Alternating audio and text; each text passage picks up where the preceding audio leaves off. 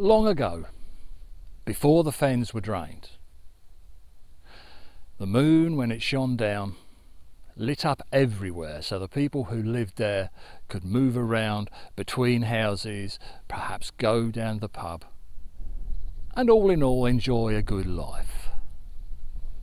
And on those few nights a year when the moon was having a rest, well, they were the nights they stayed at home, because the dark things, the horrible things, the things you wouldn't really talk about, they would rule the roost.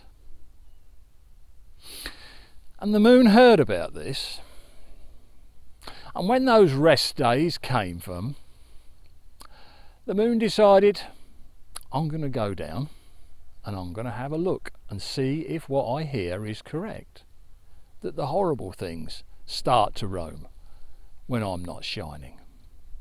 And so the moon came down with a great cloak, with a hood, and it had the hood up so that there was only enough light coming out to light the way, and the moon started to walk the fens. And as the moon walked, it could see the pools, the splashes, the marshes, the damp areas. But it also felt those horrible things. The bogles, the boggarts, the will-o'-the-wisps and the dead hands.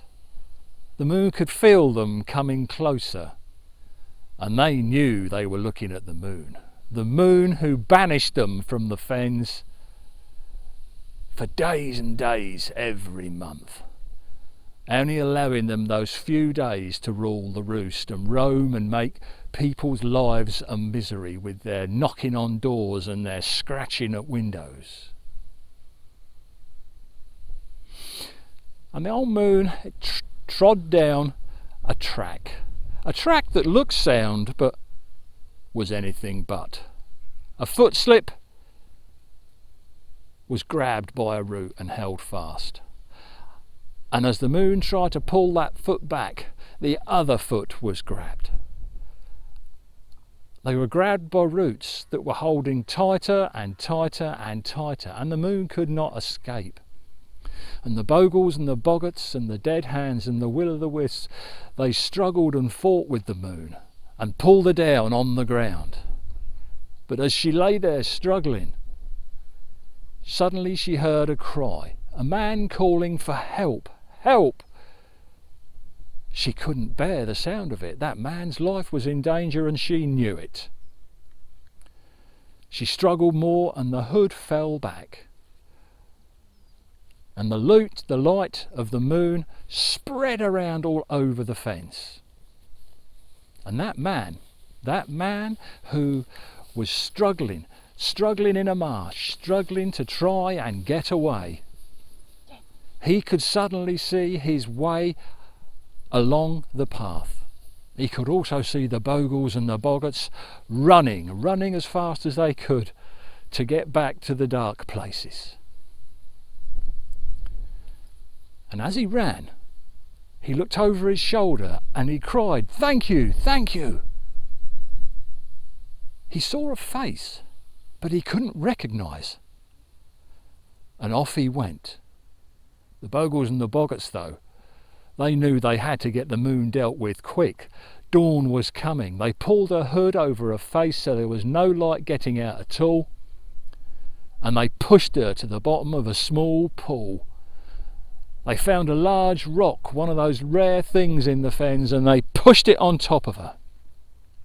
And at the top of that pool they put in a dead branch which had two side branches coming off it, and on each of those branches a will-o'-the-wisp was stationed to keep an eye, to make sure that the moon was safely trapped and that they, the horrible dark things, would rule at night from then on.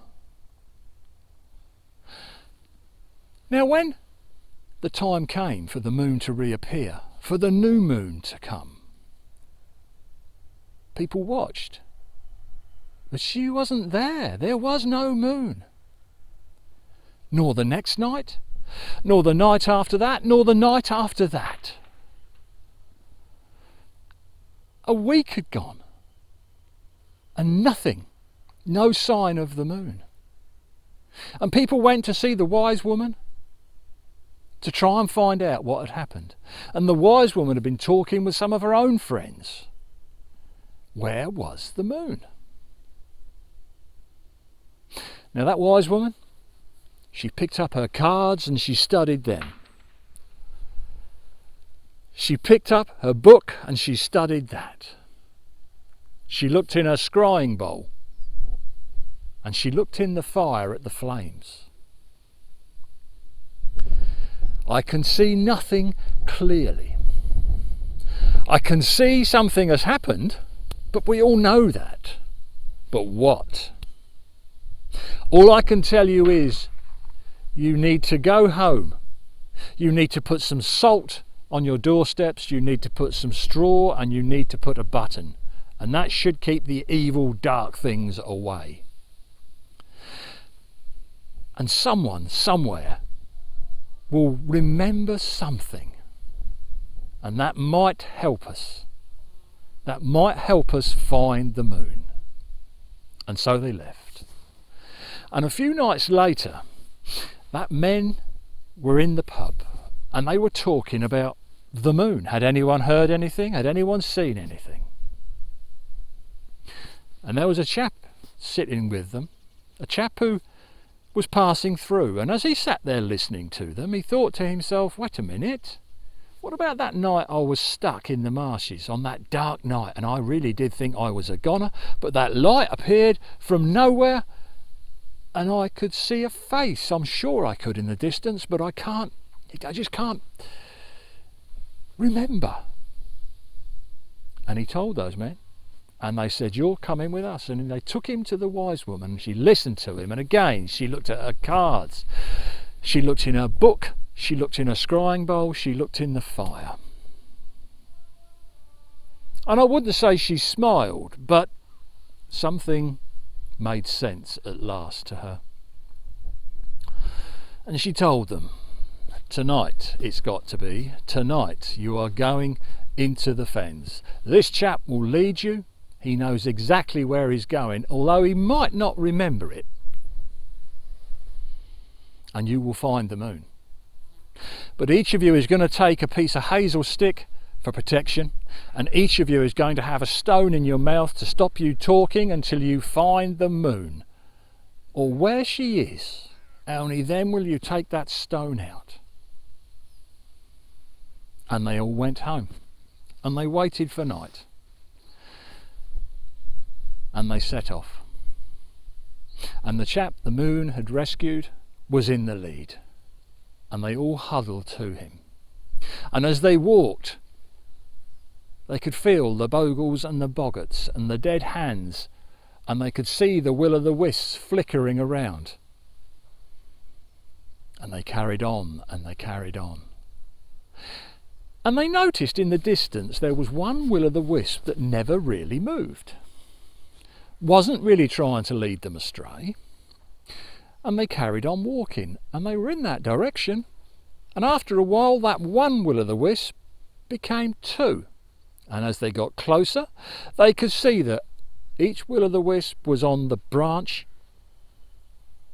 of a dead trunk. That looked like the shape of a cross. And the two will-o'-the-wisps looked like candles. Hadn't the wise woman said something about this? And she'd mentioned a coffin. And as they looked, they could see at the base of that trunk a large stone.